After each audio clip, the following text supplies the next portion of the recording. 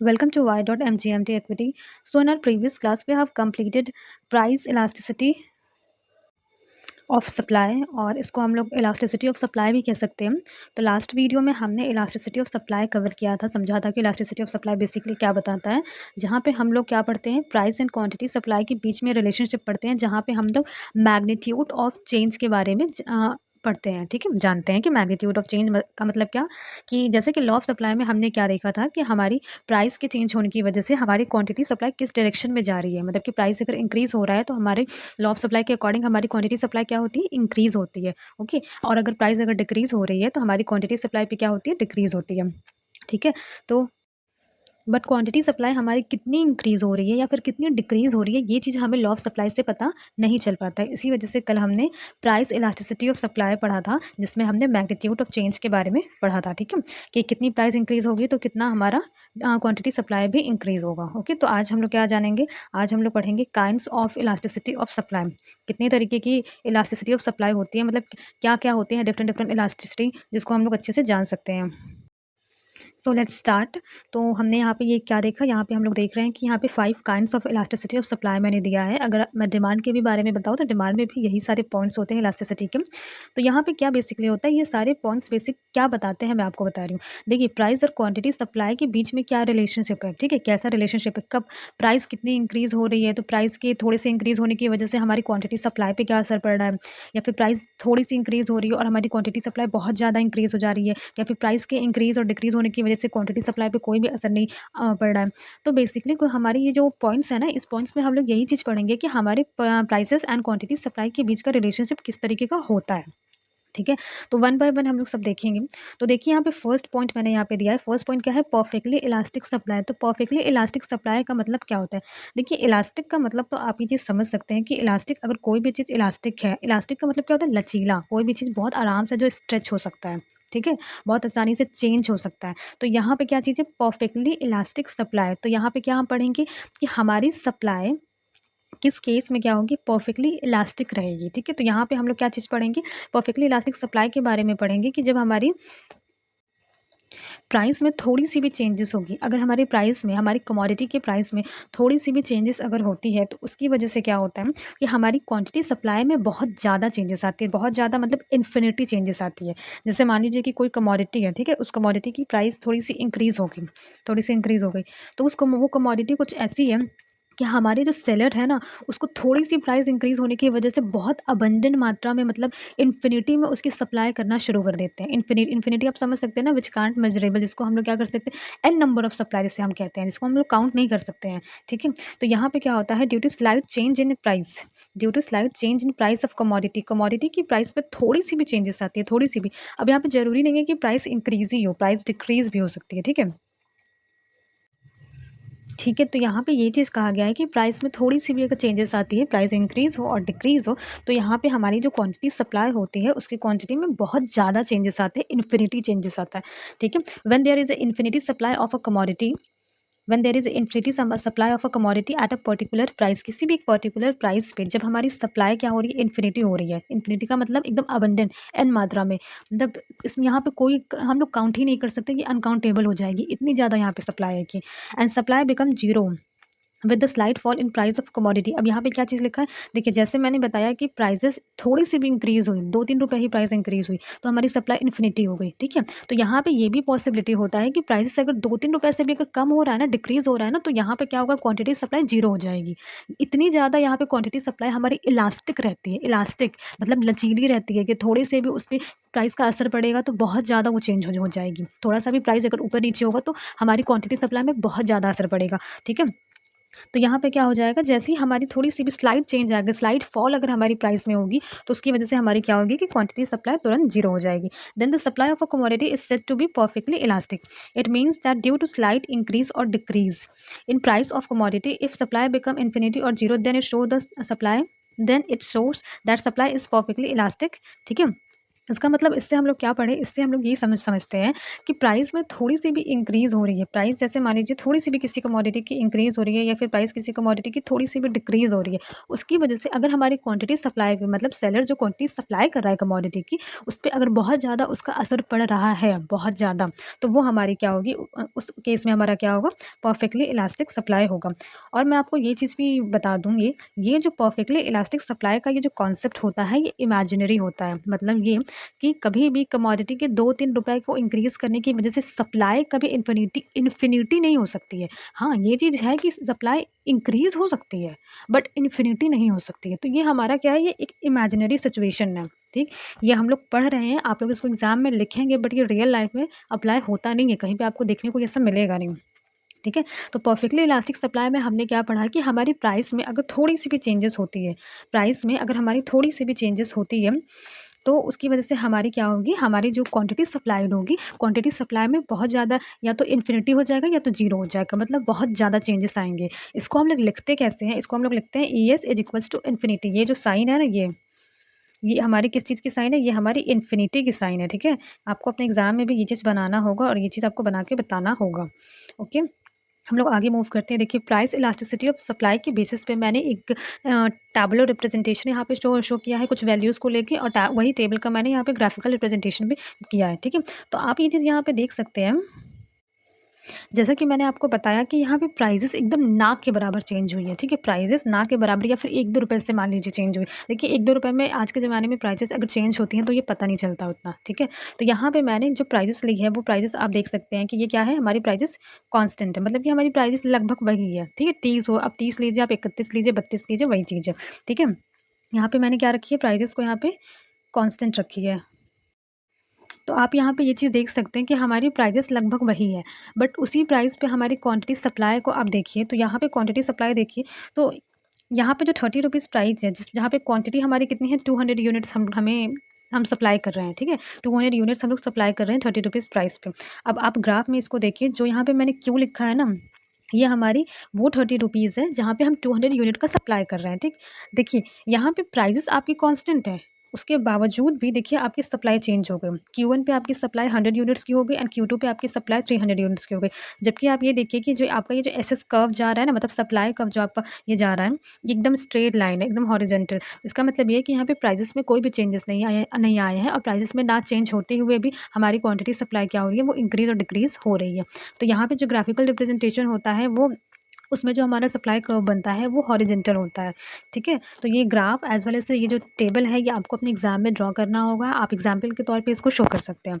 Okay? तो perfectly elastic supply में हमने क्या पढ़ा कि यहाँ पे अगर प्राइस में थोड़ी-सी भी चेंजेस आती है या फिर ना के बराबर भी अगर चेंजेस आती है तो हमारी क्वांटिटी सप्लाई इंक्रीज़ होगी या तो इन्फिनिटी पहुँच जाती है या फिर क्वांटिटी सप्लाई डिक्रीज़ होकर हमारी ज़ीरो पहुँच जाती है। मतलब कि प्राइस में या तो बिल्कुल ही चेंज ना हो या तो थोड़ा बहुत चेंज हो जिसको हम लोग ना के बराबर चेंजेस कहते हैं। ठीक है? तो यहाँ पे परफेक्टली इलास्टिक सप्लाई से आप इसको नाम से भी याद रख सकते हैं कि कोई भी चीज़ परफेक्टली इलास्टिक है मतलब लचीला है। इसका मतलब ये कि बहुत आसानी से हम उसको स्ट्रेच कर सकते हैं। ठीक है? तो ये हमारा क्या था फर्स्ट पॉइंट था। नाउ अगर हम लोग सेकंड पॉइंट पे मूव करें तो सेकंड हमारा क्या है परफेक्टली इनइलास्टिक सप्लाई। तो परफेक्टली इनइलास्टिक सप्लाई क्या कहता है? परफेक्टली इनइलास्टिक सप्लाई ये कहता है कि प्राइस में कितनी भी चेंजेस हो, प्राइस में चेंज होने की वजह से यहाँ पे क्या होता है हमारी क्वांटिटी सप्लाई पे कोई भी चेंजेस नहीं होते। यहाँ पे आप नाम से ही समझ सकते हैं क्या लिखा है यहाँ पे परफेक्टली इनइलास्टिक सप्लाई। यहाँ पे जो हमारी सप्लाई है वो इनइलास्टिक है, मतलब यहाँ पे बिल्कुल लचीली नहीं है, यहाँ पे बिल्कुल इलास्टिसिटी है ही नहीं। प्राइस कम हो या प्राइस ज़्यादा हो, कोई फ़र्क नहीं पड़ता, हमारी क्वांटिटी सप्लाई पे कोई फ़र्क नहीं पड़ता, हमारी क्वांटिटी सप्लाई जैसी की तैसी कांस्टेंट है, ठीक है? तो ये हमारी क्या होती है परफेक्टली इनइलास्टिक सप्लाई होती है। When the supply of a commodity does not change due to change in price of commodity, it is said to be perfectly inelastic supply, ठीक है? When the supply of a commodity does not change due to change in price of commodity, commodity की price के change होने की वजह से भी अगर हमारी सप्लाई में कोई चेंजेस नहीं आता है, मतलब प्राइस भले ही कमोडिटी के चेंज होती रहे लेकिन हमारी सप्लाई पे कोई फ़र्क नहीं पड़ता है। तो ये इस केस में क्या होता है, इस केस में हम लोग ये कहेंगे कि वो क्या है, वो परफेक्टली इनइलास्टिक सप्लाई है। वहाँ पे उस कमोडिटी की क्या सप्लाई है, परफेक्टली इनइलास्टिक सप्लाई है उस कमोडिटी की। उसकी प्राइस इंक्रीज़ हो रही है या डिक्रीज़ हो रही है, कोई फ़र्क नहीं पड़ता। और बेसिकली ये चीज़ कहाँ पे अप्लाई होता है, जहाँ पे हमारे रिसोर्सेज़ लिमिटेड होते हैं, जहाँ पे हमारे रिसोर्सेज़ क्या होते हैं, लिमिटेड होते हैं। अब जैसे कि मैंने यहाँ पे लैंड का आपको एग्ज़ाम्पल दिया, देखिए लैंड क्या है, एक लिमिटेड रिसोर्सेज़ है, ठीक है? हमारी जो रिसोर्स है लैंड, वो लिमिटेड है, ठीक है? अब उसी लैंड की प्राइस इंक्रीज़ हो रही है या डिक्रीज़ हो रही है। अब जैसे मान लीजिए कि लैंड की प्राइस इंक्रीज़ हो गई, ठीक है? तो ऐसा तो नहीं है ना कि लैंड भी बढ़ जाएगा। लैंड पहले 10 था, अब प्राइस इंक्रीज़ हो गई है तो अब 20 हो गया, ऐसा तो है नहीं। क्योंकि लैंड हमारी क्या है, लिमिटेड रिसोर्स है, ठीक है? इसी वजह से क्या है कि यहाँ पे लैंड की प्राइस इंक्रीज़ हो या डिक्रीज़ हो, जितना हमें नेचर ने प्रोवाइड किया है हमारे पास वही रहेगा, ठीक है ना? इसमें क्या होगी, इसकी सप्लाई में कहीं से भी किसी भी तरीके का कोई इंक्रीमेंट नहीं आ सकता है। तो बेसिकली परफेक्टली इनलास्टिक सप्लाई कहाँ पे अप्लाई होता है, जहाँ पे हमारे रिसोर्सेज क्या होती हैं, लिमिटेड होती हैं, ठीक? अब इसको लिखा कैसे जाता है, देखिए ये elasticity of supply is equals to, यहाँ जीरो, जीरो का मतलब समझे, यहाँ पे इलास्टिसिटी क्या होता है, एकदम जीरो होता है, कोई फ़र्क नहीं पड़ता है, प्राइस बढ़े तो भी घटे तो भी इसमें कोई फ़र्क नहीं पड़ता है। No change in supply due to change in price, यहाँ पे सीधा सीधा लिख दिया गया है कि यहाँ पे कोई भी चेंजेस नहीं होता है, यहाँ पे कोई भी चेंजेस नहीं होता है, चाहे प्राइस बढ़े चाहे घटे। आपने देखा परफेक्टली इलास्टिक सप्लाई में हमने क्या पढ़ा, हमने ये पढ़ा कि थोड़ी सी भी चेंज होने की वजह से प्राइस में क्वांटिटी सप्लाई या तो इन्फिनिटी हो जाती है या फिर जीरो हो जाती है, ठीक है? और यहाँ पे हमने क्या पढ़ा, एकदम उसको ऑपोजिट, कि प्राइसेस अगर नाम मात्र भी अगर चेंज हो रही है ना, तो उसका उसका कोई फ़र्क नहीं पड़ता है। नाम मात्र क्या, बहुत ज़्यादा भी अगर प्राइस चेंज हो जा रही है, कोई ऐसी रिसोर्स है जो लिमिटेड है बट उसकी प्राइस बहुत ज़्यादा 10 टाइम्स इंक्रीज़ हो जा रही है, तब भी उसका कोई फ़र्क नहीं पड़ता सप्लाई पे, क्योंकि वो क्या है, वो चीज़ ही हमारे पास लिमिटेड है। ओके, तो ये हमारी क्या थी, परफेक्टली इनइलास्टिक सप्लाई। अब थर्ड हम लोग देखेंगे, थर्ड नहीं, इसके बाद हम लोग देखेंगे इसका graphical as well as tabular representation. यहाँ पर आप ये चीज़ देख सकते हैं, यहाँ पे आप ये चीज़ देख सकते हैं कि यहाँ पे प्राइजेज़ जो है वो चेंज हो रही है, प्राइजेज़ क्या है, ये चेंज हो रही है, बट आप सप्लाई देखिए, सप्लाई आपका वही है, ठीक है? तो इस केस में जो हमारा जो कर्व बनता है ना, जो सप्लाई का कर्व बनता है वो वर्टिकल स्ट्रेट लाइन बनता है। क्यों? क्योंकि यहाँ पे आपकी सप्लाई कांस्टेंट है, ठीक? सप्लाई कांस्टेंट है, इसमें कोई चेंजेस नहीं आएगी, चाहे प्राइस कितना भी ऊपर जाए, चाहे कितना भी नीचे जाए। तो यहाँ पर आप देखिए, जो 35 रुपीज़ मैंने लिया है, इसको मैंने पी पॉइंट पे रखा है, पी पॉइंट को हमने 35 रुपीज़ लिया है, ठीक है? अब देखिए, जैसे प्राइस इंक्रीज़ भी अगर हो रही है ना, प्राइस 45 हो भी गई ना, जैसे P1 पे आप देखिए मैंने प्राइस 45 इसको लिया है, अगर इंक्रीज़ भी हो जा रही है तब भी इसकी क्वांटिटी सप्लाई वही है, जो हमारी P प्राइस पे थी। और अगर प्राइस अगर इसकी डिक्रीज़ भी हो जा रही है, जैसे P2 पे हमने प्राइस क्या लिया, 25 लिया है, ठीक है? जैसे प्राइस अगर डिक्रीज़ भी हो जा रही है तब भी इसकी क्वांटिटी सप्लाई वही है जो हमारी P पॉइंट पे थी। तो यहाँ पे प्राइस भले कितनी भी इंक्रीज़ हो, चाहे कितनी भी डिक्रीज़ हो, हमारी क्वांटिटी सप्लाई पे कोई फ़र्क नहीं पड़ता है। इसी वजह से यहाँ पे जो हमारा कर्व बनता है वो क्या होता है, हमारा वर्टिकल स्ट्रेट लाइन कर्व बनता है। तो ये हमारा क्या था, परफेक्टली इनइलास्टिक सप्लाई। ओके, अब थर्ड हम लोग क्या देखेंगे, थर्ड हम लोग देखेंगे हाईली इलास्टिक सप्लाई देखेंगे। अब इसको मैं आपको ये चीज़ बता दूँ, देखिए हाईली इलास्टिक सप्लाई का मतलब क्या होगा, यहाँ पे चेंजेस दोनों चीज़ों में होंगे, प्राइस भी हमारी चेंज होगी और क्वांटिटी सप्लाई भी चेंज होगी, बट प्राइस के कंपेरेटिवली हमारी क्वांटिटी सप्लाई में ज़्यादा चेंजेस होंगे, ठीक है? जैसे मान लीजिए कि प्राइस अगर 10% से इंक्रीज़ हो रहा है तो हमारा क्वांटिटी सप्लाई डबल इंक्रीज़ हो जा रहा है, ठीक है? क्वांटिटी सप्लाई हमारा क्या हो रहा है, डबल इंक्रीज़ हो जा रहा है उसका। मतलब कि प्राइस के कंपैरेटिवली हमारी जो क्वांटिटी सप्लाई क्या हो रही है, ज़्यादा इंक्रीज़ हो रहा है। कहने का मतलब ये है कि चेंजेस दोनों में हो रहे हैं, चेंजेस क्या हो रहे हैं, दोनों में हो रहे हैं। बट यहाँ पे जैसे कि आप डिक्रीज़ वाला टर्म भी लेके समझ लीजिए, जैसे प्राइस में थोड़ा-सा डिक्रीज़ हो रहा है, 10% डिक्रीज़ हुआ, तो हमने देखा कि अरे क्वांटिटी सप्लाई तो हमारा 10% से भी ज़्यादा गिर गया।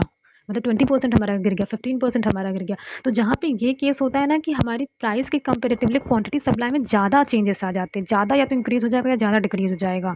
तो वो हमारा हाईली इलास्टिक सप्लाई कहा जाता है उसको, ठीक है? More sorry when percentage change in sorry when percentage change in quantity supply is more than percentage change in price. देखिए यहाँ पे क्या लिखा है कि हमारी क्वांटिटी सप्लाई की जो परसेंटेज है वो अगर ज़्यादा चेंज हो रही है एज़ कम्पेयर टू किसके रेफरेंस में, हमारे प्राइस के रेफरेंस में हमारी क्वांटिटी सप्लाई ज़्यादा अगर चेंज हो रही है, the supply of commodity is said to be highly elastic, ठीक है? तो उस कमोडिटी की सप्लाई को हम लोग क्या बोलेंगे, हाईली इलास्टिक कहेंगे, ठीक? अब इसको लिखा कैसे जाता है, इसको लिखा जाता है elasticity of supply is greater than 1। अब ग्रेटर देन 1 का मतलब क्या होता है, देखिए 1 का मतलब है कांस्टेंट चेंज, यहाँ पे मैंने ये चीज़ बता दिया है, वैसे ये चीज़ आप समझ सकते हैं। देखिए 1 का मतलब कांस्टेंट चेंज है, जैसे कि यहाँ पे मैंने एग्जांपल लिया है, तो आप यहाँ पे देखिए कि यहाँ पे जो प्राइस में जो इंक्रीमेंट हो रहा है वो 10% का हो रहा है, ठीक?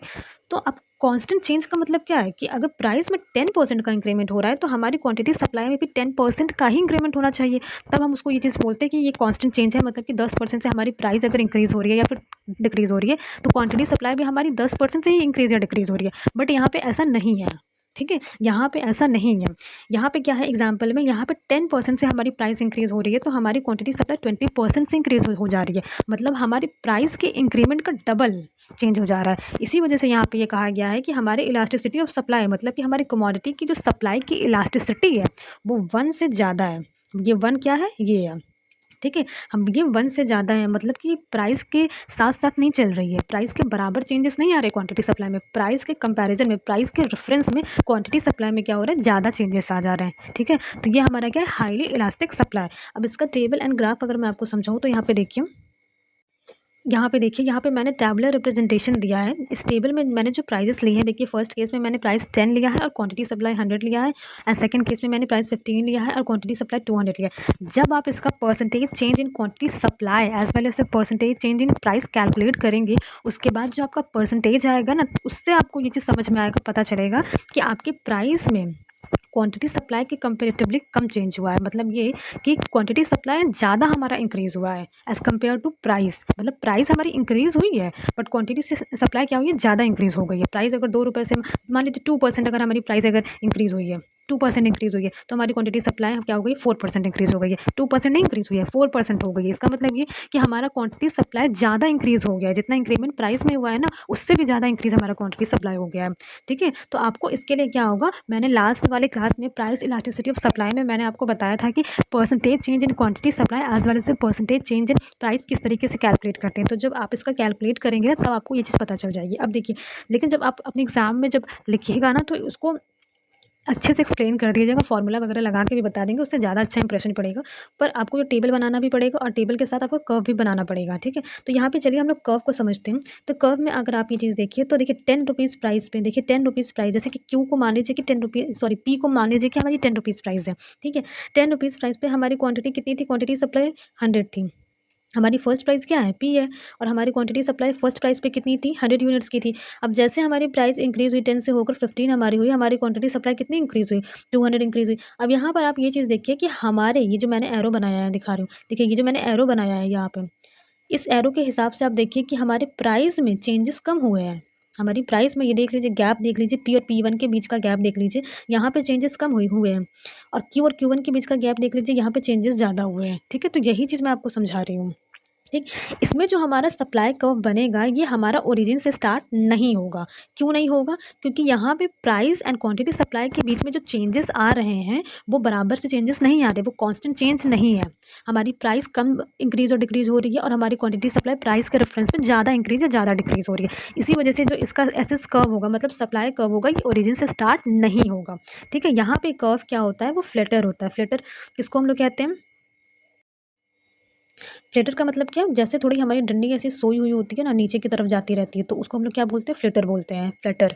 ओके, तो यहाँ पे मैंने आपको थर्ड पॉइंट ये था शायद हमारा, थर्ड मैंने बता दिया। देखिए फोर्थ में हमारा क्या है, उसी का ऑपोजिट। जैसे कि हमने थर्ड में क्या पढ़ा, हाईली इलास्टिक पढ़ा। अब फोर्थ में हम लोग लेस इलास्टिक सप्लाई पढ़ेंगे, और less elastic supply highly elastic supply का ऑपोजिट होता है। ठीक है, ऑपोजिट आप इससे देख सकते हैं, ये आप देख सकते हैं, ये वहाँ पे हमारा क्या था, वहाँ पे हमने पढ़ा था elasticity of supply is greater than 1। यहाँ पे हम लोग क्या पढ़ेंगे, लेस देन 1 पढ़ेंगे।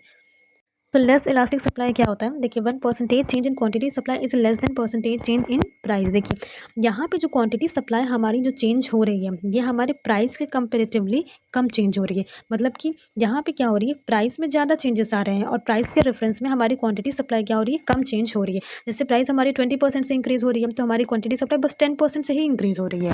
ठीक है, तो यहाँ पे क्या है, 1% change in quantity supply is less than percentage change in price. तो ऐसी कमोडिटी की सप्लाई को, मतलब कि ऐसी किसी भी कमोडिटी की अगर ऐसी सप्लाई है जहाँ पे उसके प्राइस में ज़्यादा चेंज हो रहे हैं, उसके बावजूद भी हमारा जो सेलर है ज़्यादा सप्लाई करने के लिए तैयार नहीं है। उसने अपनी सप्लाई को इंक्रीज़ किया है, बट शायद उतना नहीं इंक्रीज़ किया है जितना उसको करना चाहिए, तो उसने बहुत थोड़ा सा इंक्रीज़ किया है। ठीक है, तो ऐसे केस में जो हमारी क्वांटिटी सप्लाई क्या हुई, वो बहुत थोड़ी सी चेंज हुई है, और जो हमारी प्राइस में जो चेंजेस आए हैं, वो हमारे ज़्यादा चेंजेस आए हैं। ठीक है, तो इस केस को हम लोग क्या बोलते हैं, लेस इलास्टिक सप्लाई हम लोग बोलते हैं। ठीक, जहाँ पे मैंने 1 का मतलब बताया था कि कांस्टेंट चेंज होता है। अब आप एग्जांपल के थ्रू इसे समझ सकते हैं कि यहाँ पे प्राइस में हमारी 20% अगर चेंज हो रही है, ठीक है, प्राइस में 20% अगर चेंज हो रही है, तो हमारी क्वांटिटी से सप्लाई में क्या होगी, बस 10% ही चेंज होगी।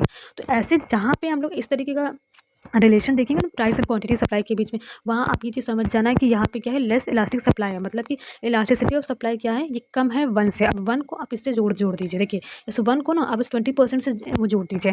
अब आप इसको कंपेयर करिए कि 20% ज़्यादा बड़ा है कि 10% ज़्यादा बड़ा है। तो ऑब्वियस है कि 20% ज़्यादा बड़ा है। तो हमारा जो ये मोर देन का जो साइन है वो 20 की तरफ खुला रहेगा, ठीक? बस इसी तरीके से आप कंपेयर करके आप ये चीज़ समझ सकते हैं। इसीलिए यहाँ पे कहा गया है कि हमारी इलास्टिसिटी ऑफ सप्लाई जो क्या होगी, हमारी इलास्टिसिटी ऑफ सप्लाई क्या होगी, वो ज़्यादा होगी 1 से, ठीक? हमारी इलास्टिसिटी ऑफ सप्लाई हमारी क्या होगी, कम होगी 1 से। जैसा कि आप यहाँ पे देख सकते हैं कि क्वांटिटी सप्लाई बस हमारी 10% ही इंक्रीज़ हुई है, ठीक है? इसीलिए क्या हम लोग कह रहे हैं कि हमारी इलास्टिसिटी ऑफ सप्लाई 1 के कंपैरेटिवली छोटी है, कम है, ठीक है? तो ये हमारी क्या है, लेस इलास्टिक सप्लाई है।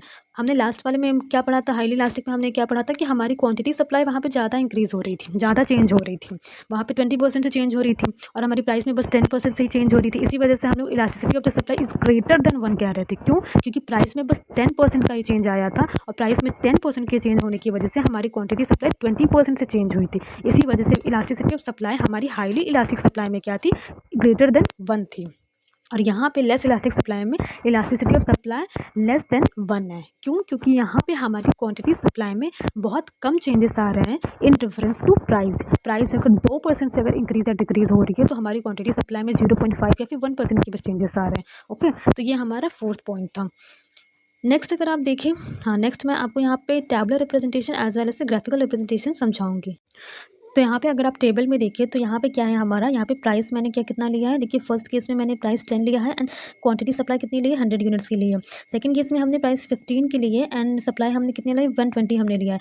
अब आप इसका percentage change in price as well as percentage change in quantity supply अगर कैलकुलेट करेंगे तो आप यहाँ पे ये चीज़ देखेंगे कि क्वांटिटी सप्लाई में आपकी बहुत कम चेंजेस हो रही है एज कम्पेयर टू प्राइस। अगर प्राइस में मान लीजिए कि 4% की चेंजेस हो रही है तो हमारी क्वांटिटी सप्लाई में कितनी है, 2% की चेंजेस हो रही है। मान लीजिए सपोज कि हमने इसका परसेंटेज चेंज इन प्राइस और percentage change in quantity supply calculate कर लिया तो हमने देखा कि अरे हमारी प्राइस में तो 4% का चेंजेस आ रहा है लेकिन हमारी सप्लाई बस 2% से इंक्रीज है, ठीक है? तो आप तुरंत इसे समझ जाएंगे मतलब ये लेस इलास्टिक सप्लाई है, ठीक है? यहाँ पे इलास्टिसिटी ऑफ सप्लाई क्या है, लेस देन 1 है हमारा, बहुत कम चेंजेस हुआ है एज कम्पेयर टू प्राइस, ठीक है? तो ये इसका आप अगर ग्राफ मैं आपको दिखाऊँ तो यहाँ पे आप ग्राफ में ये चीज़ समझ सकते हैं कि देखिए पी प्राइस पे आप मान लीजिए कि हमने कितना लिया है, 10 रुपीज़ लिया है, ठीक है? और पी प्राइस में हमारी क्वांटिटी सप्लाई कितनी है, 100 यूनिट्स की है, ओके?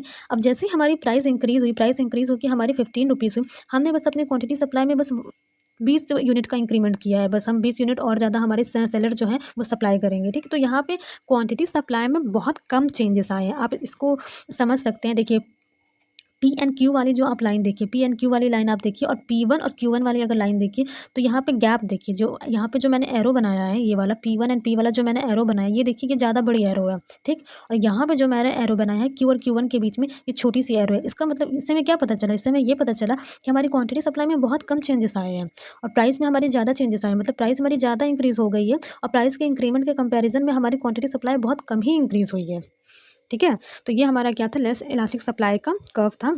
यहाँ पे मैं आपको एक और चीज़ ये बता दूँ कि यहाँ पे देखिए सप्लाई कर्व हमारी जा रही है, ये भी हमारी ओरिजिन से स्टार्ट नहीं हुई है। ओरिजिन किसको मैं ओरिजिन कह रही हूँ, देखिए ये जो ओ लिखा है ना ये होता है ओरिजिन, इसको हम लोग बोलते हैं ओरिजिन। यहाँ से हमारी कर्व स्टार्ट नहीं हो रही, क्यों नहीं स्टार्ट हो रही है? क्योंकि यहाँ पर भी वही आप देखें कि यहाँ पे हमारी जो प्राइस में जो चेंजेस आ रहे हैं वो हमारी क्वांटिटी सप्लाई में उतने चेंजेस नहीं आ रहे हैं। प्राइस में हमारे ज़्यादा चेंजेस आ जा रहे हैं और हमारी क्वांटिटी सप्लाई में बस थोड़े से ही चेंजेस आ रहे हैं, ठीक? जिस केस में हमारी प्राइस के चेंजेस और हमारी क्वांटिटी सप्लाई के चेंजेस मतलब percentage change in price is equals to percentage change in quantity supply हमारा हो जाएगा जिस केस में, उस केस में हमारी कर्व क्या होती है, ऐसे मतलब हमारी सप्लाई कर्व क्या होती है, वो ओरिजिन से स्टार्ट होती है, ठीक है? तो यहाँ पर अगर आप देखिए सप्लाई कर्व तो ये स्टीपर है। स्टीपर का मतलब क्या होता है, स्टीपर का मतलब ये होता है कि जो डंडी जैसे थोड़ी सी खड़ी रहती है, जैसे फ्लैटर का मतलब क्या होता है कि फ्लैट ऐसे सोया हुआ, स्टीपर का मतलब जो डंडी ऐसे खड़ी है, ठीक है? वो स्टीपर है। तो यहाँ पे हमारा जो सप्लाई कर्व है वो स्टीपर है, ओके? तो ये हमारा क्या है, ये हमारा लेस इलास्टिक सप्लाई है।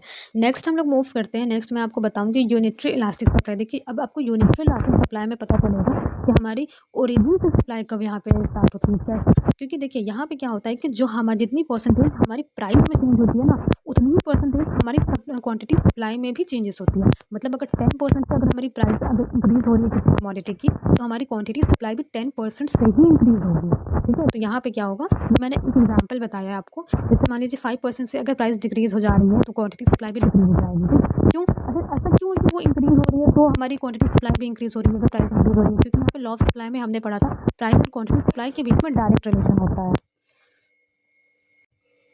तो देखिए यहाँ पे लिखा है 1% change in quantity supply is equal to percentage change in price, percentage change in price equal अगर है then the supply for such a commodity is said to be unitary elastic supply. ठीक है, यहाँ पे देखा ना कि यहाँ पे इलास्टिसिटी ऑफ सप्लाई हमारी क्या रहती है, प्राइस में जो चेंजेस आ रहे हैं जितने परसेंटेज के उतने परसेंटेज के चेंजेस हमारी क्वांटिटी सप्लाई में भी आ रहे हैं। तो ऐसे केस में हम लोग क्या बोलते हैं कि उस कमोडिटी की सप्लाई यूनिटरी है, यूनिटरी इलास्टिक सप्लाई हम लोग बोलेंगे। अब इसको लिखते कैसे, देखिए यहाँ पे क्या लिखा है, elasticity of supply is equals to 1, मतलब प्राइस में अगर 10% की चेंजेस आ रही हैं तो ये इक्वल है, किस चीज़ के इक्वल हो जाएगा, हमारी क्वांटिटी सप्लाई में भी 10% के ही चेंज आएगा। प्राइस अगर 10% से इंक्रीज हो रहा है तो क्वांटिटी सप्लाई भी इंक्रीज हो जाएगा, और प्राइस अगर डिक्रीज होगा 10% से तो क्वांटिटी सप्लाई भी 10% से ही डिक्रीज हो जाएगा। ठीक है, यहाँ पे 1 हमारा क्या डिनोट करा है, कॉन्स्टेंट चेंज। कॉन्स्टेंट चेंज किसके साथ, क्वांटिटी सप्लाई के साथ। ओके, अब एग्जाम्पल भी मैंने आपको इसी में बता दिया है कि 10% से अगर प्राइस अगर इंक्रीज हो रही है डिक्रीज हो रही है तो हमारी 10% की चेंजेस क्वांटिटी सप्लाई में भी आती है। ओके, अब मैं आपको इसका देखिए टैबुलर रिप्रेजेंटेशन देख लीजिए। तो यहाँ पे क्या है, टैबुलर रिप्रेजेंटेशन आपने देखा तो यहाँ पे प्राइस में मैंने फर्स्ट केस में प्राइस मैंने 10 ली है एंड उस केस में मैंने क्वांटिटी सप्लाइड 100 यूनिट्स के लिए है, एंड सेकंड केस में आप देखिए तो मैंने 15 प्राइस ली है और क्वांटिटी सप्लाई मैंने 150 ली है, मतलब कि 100 से 150 मैंने इंक्रीज़ की है। यहाँ पे हमारी प्राइस क्या हुई है, इंक्रीज़ हुई है, देखा, और प्राइस इंक्रीज़ हुई तो हमारी क्वांटिटी सप्लाई भी इंक्रीज़ हो जाती है। ठीक, क्योंकि यहाँ पे डायरेक्ट रिलेशन रहता है दोनों के बीच में, प्राइस और क्वांटिटी सप्लाई के बीच में, जो कि हम लोग लॉ ऑफ सप्लाई में पढ़ चुके हैं। ठीक, तो अब इसका ग्राफिकल रिप्रेजेंटेशन आप देखिए ये जिसमें आपको एक्सप्लेन कर दे रही हूँ, बता दे रही हूँ कि ये जो मैंने प्राइस लिया है और जो मैंने यूनिट्स ये लिए हैं सप्लाई के, इसका जो परसेंटेज चेंज इन प्राइस और percentage change in quantity supply जब आप निकालेंगे ना तो वहाँ पे जो चेंज जितने परसेंटेज का आपको चेंज मिलेगा ना, कि जैसे मान लीजिए कि आपकी 5% आपकी अगर प्राइस में चेंज आपको पता चला कैलकुलेट करने के बाद कि 5% प्राइस में चेंज हुआ है, प्राइस हमारी 5% से इंक्रीज़ हुई है। ठीक, आपने जब क्वांटिटी सप्लाई को कैलकुलेट किया, मतलब परसेंटेज चेंज क्वांटिटी सप्लाई को कैलकुलेट किया, तो वहाँ पे भी आपने देखा कि 5% से आपकी क्वांटिटी सप्लाई भी इंक्रीज़ हुई है। ठीक है, तो इसका मतलब क्या होगा कि आप ये चीज़ देख कर ही समझ जाएंगे, मतलब कि ये हमारा यूनिटरी इलास्टिक सप्लाई है। क्यों, क्योंकि यहाँ पे प्राइस में जो चेंजेस आ रहे हैं वही सेम चेंजेस हमारी क्वांटिटी सप्लाई में भी आ रहे हैं, इसीलिए इसको हम लोग क्या बोलते हैं, यूनिटरी इलास्टिक सप्लाई होते हैं। ठीक है, अब इसका हम लोग ग्राफिकल रिप्रेजेंटेशन अगर देखें तो ग्राफिकल रिप्रेजेंटेशन में आप ये चीज़ समझ सकते हैं कि हमारी जो प्राइस इंक्रीज़ हुई है, हमारे यहाँ पे जो प्राइस इंक्रीज़ हुई है वो क्वांटिटी सप्लाई के बराबर है। अच्छा, ये चीज़ हमको पता कैसे चला कि प्राइस जो है क्वांटिटी सप्लाई के बराबर है? आप यहाँ पे ये चीज़ देखिए कि हमारा जो सप्लाई कर्व है ये ओरिजिन से स्टार्ट हो रहा है, और जिस भी केस में सप्लाई कर्व अगर ओरिजिन से स्टार्ट हो रहा है तो वहाँ पे ये चीज़ आप समझ जाइए कि अगर ओरिजिन से स्टार्ट हो गया है सप्लाई कर्व, मतलब कि हमारी प्राइस एंड हमारी क्वांटिटी सप्लाई में क्या हो रहा है, इक्वल मात्रा में चेंजेस हो रहे हैं। ठीक, तो यहाँ पे मैंने आपको ये भी बता दिया कि इसको लिखते कहते हैं कैसे हैं, elasticity of supply is equals to 1, और ये स्टार्ट होती है ओरिजिन से। तो यहाँ पे मैंने आज आपको kinds of elasticity of supply समझाया है। ठीक है, तो एक बार मैं रिकैप करा दूँ तो मैं आपको ये चीज़ बता दूँ। देखिए, हम लोग परफेक्टली इलास्टिक सप्लाई में क्या पढ़े थे कि वहाँ पे जो हमारे इलास्टिसिटी ऑफ सप्लाई होता है वो क्या होता है, इन्फिनिटी होती है।